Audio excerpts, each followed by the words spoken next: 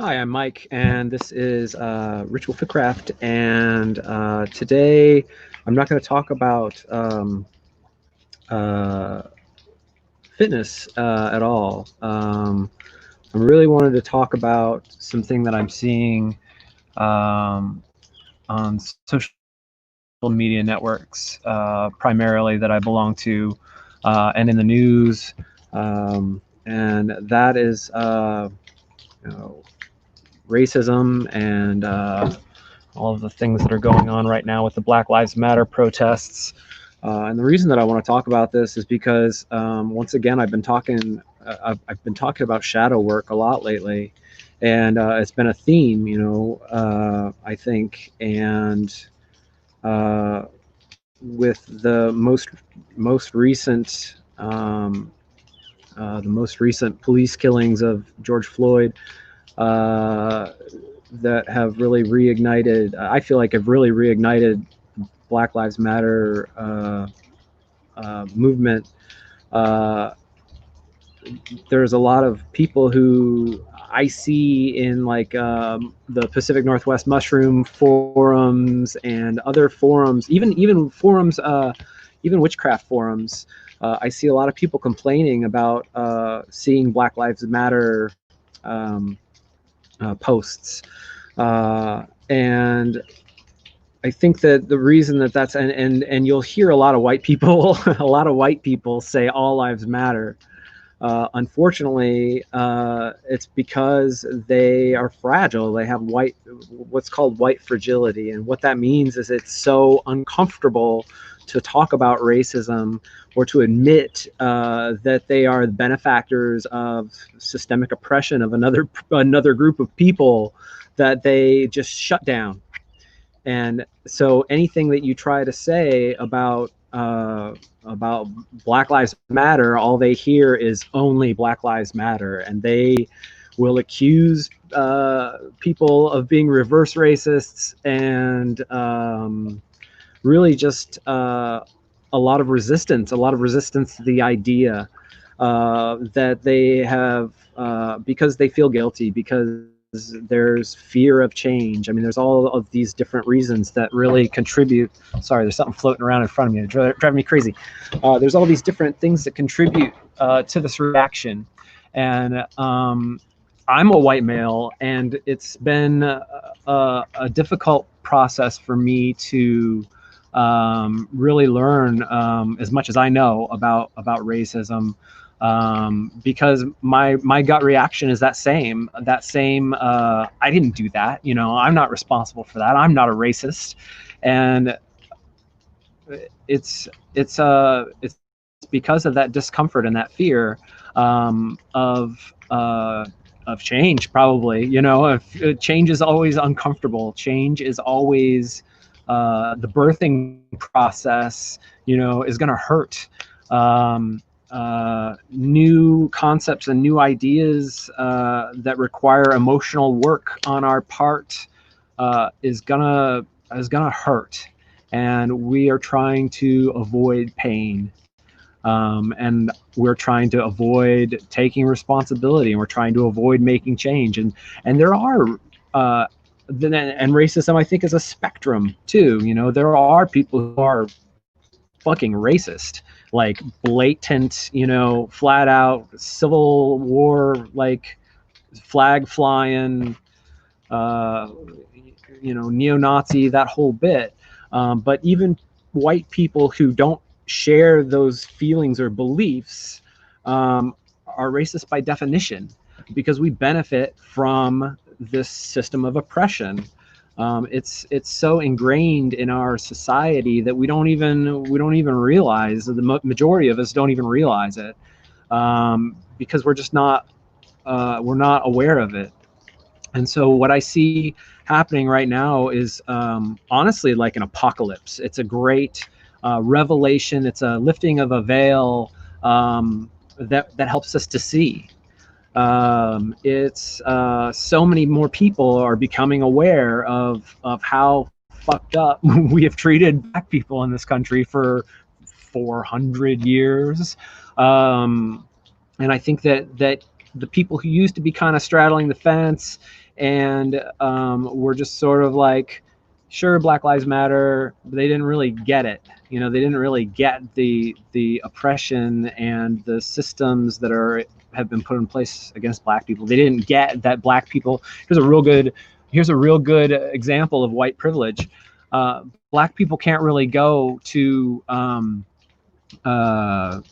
they can't really go and look up their past. They don't know what countries they've come from in Africa, because they've been kidnapped.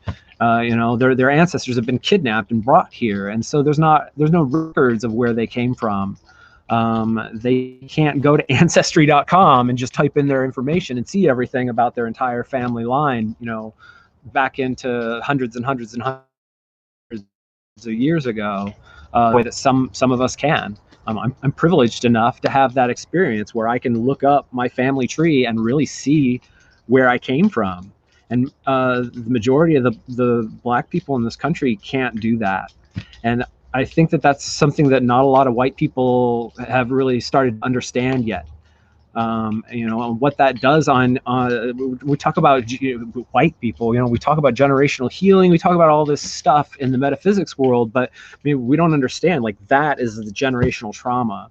Those are the kind of things that we need to try to understand and listen when Black people are talking about that. Like, you've got to try to take it to heart and really use your empathy and put yourself in their place.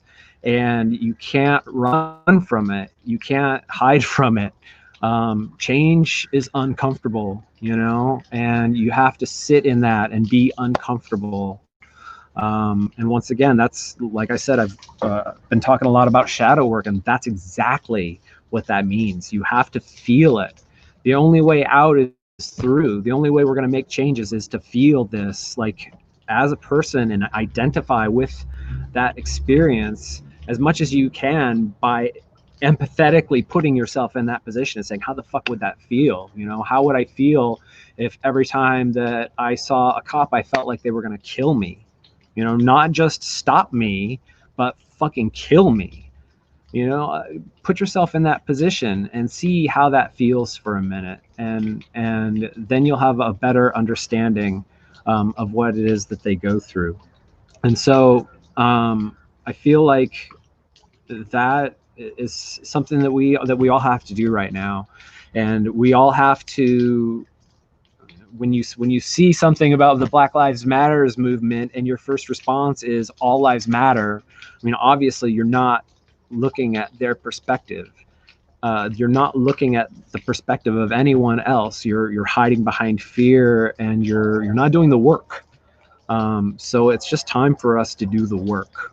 It's time for us to make that decision and say, you know, we have to change things so that life, at least in the United States, I mean, we have to do as much as we can to make this equitable for everyone, you know. And until we can agree to do that, to do the work, we're going to just continue to have this strife. I mean, we're going to continue to have problems until we treat everyone with life, liberty, the pursuit of happiness.